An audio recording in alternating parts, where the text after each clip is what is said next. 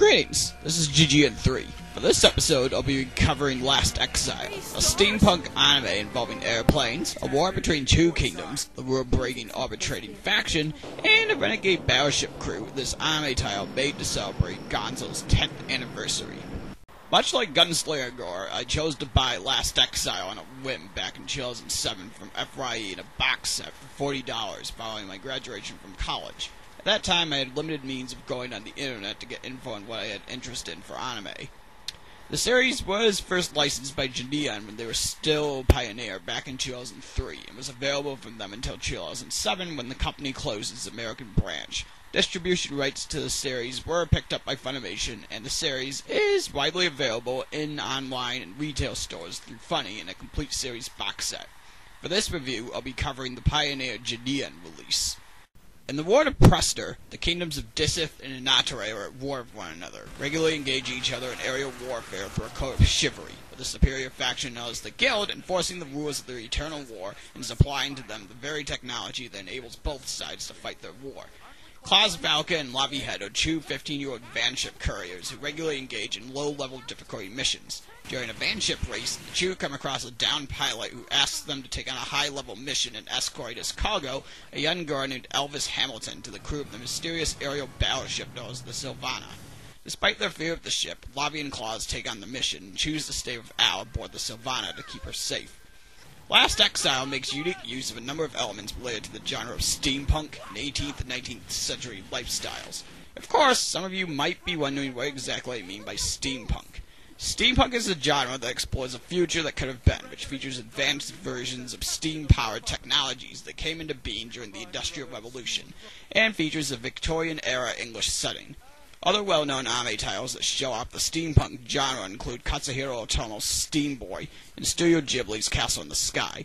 Some would compare steampunk to the futuristic genre of cyberpunk, of a close future that makes use of advanced technologies, though steampunk doesn't dabble into dystopian themes as many cyberpunk titles tend to do. In the War of Last Exile, planes which are known as vanships in the series resemble early 20th century planes that were spectacles for the war-defying feats at intercontinental travels during the time between the two world wars.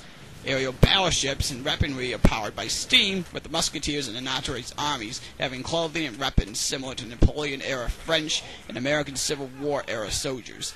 The advanced technology of the Guild shows a retro-futuristic look into how far steam-powered technologies could have gone, with video systems that allowed them to see their surroundings, the flexible use of their starship fighters for land and air combat, and being able to recall at will any of the engines that they supplied to the land dwellers. In terms of the time periods used, there are a number of points in Last Exile where focus on differences between class and the concept of chivalry are brought up. Some of the Inatere nobles in the series make use of both these aspects to the times of chivalry being used as a code of ethics for knights to follow in the Middle Ages, and many aristocrats having little respect for those of lower social position, which was commonplace for centuries up to the Industrial Revolution. Those within the Guild could also be considered aristocrats with the monopolization of the technology that they offer to Disith and Inatere, and looking down upon both kingdoms but not living up in the skies. While taking place in a different ward, Last Exile's use of steampunk and historical elements make it stand out enough for it to appear to be taking place in our ward. On the plot end, Last Exile takes its time unveiling relevant details to the show's major plots, which are the crew of the Sylvana protecting Elvis from the Guild, and Klaus and Lavi adjusting to their life aboard the ship as they get caught up in the Sylvana's affairs. Hints are dropped throughout the series regarding the details and motives of major characters, which are relevant to the progression of the plot and Last Exile. For the most part, does a good job at build-up of significant events to the plot that are revealed.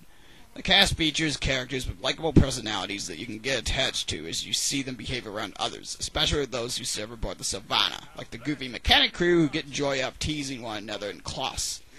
However, Last Exile does have a problem in deeply exploring many of its plot elements and aspects of the world in which the series takes place in.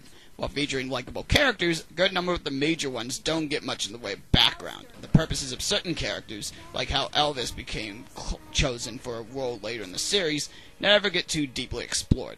This is also the case with certain elements of the plot, as details like how the technologies on Prester came to be, the formation of factions like the Sylvana, and how the war between Disith and Inatere started are never really delved into. Plus, potential plot developments during the middle of the series aren't really expanded upon, as they're pushed to the wayside for developments involving Elvis and the Guild as the second half of the series pushes forward. On the visual side, Last Exile does well at showing off Gonzo's talents at rendering CG animation. Renders of van ships and battleships blend perfectly well with the cel-shaded scenery and character designs, where it's hard to notice that they are even made from computers. Even the animation's top-notch, as movements from van ships and battleships for both races and battles were quite fluid without any loss in detail. With the high-quality visuals of Last Exile, it could be comparable to the high-quality animation found within an OAV or movie. The soundtrack does well at complementing everyday normal scenes, moments of drama, and the aerial battles on screen, with its mix of soft, mellow pieces and intense music tracks. Overall, Last Exile makes for a decent steampunk title to look into, with above-average visuals and animation for a TV title, with a build-up in plot and likable characters that deliver enough to keep you hooked on it for its entire run. However, once you look past the visuals and basic storyline characterization, you will find that Last Exile doesn't go too deep in exploring its warred characters and major elements to the show's plot, making things one's curious over with the war of the series not really having much to find. For its series review, I give Last Exile a B-.